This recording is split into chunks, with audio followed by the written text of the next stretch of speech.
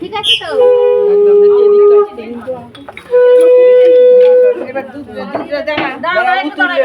তো বলবে তো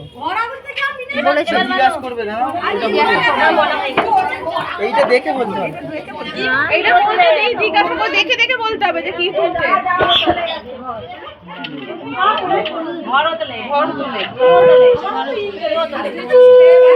দাদা তুই না দেখবি গিয়ে ফেলে দিবি দেখবি না স্যার এদিকে এদিকে আই বল দেখতে চলে যাও এবার এবার আস্তে আস্তে এদিক ওদিক কেটে কেটে ধানটা দুদিক করে ফেলতে ফেলতে ছুটিটা নিচে নিয়ে না হুন ধানটাকে এবার এদিক ওদিক ফেলে দে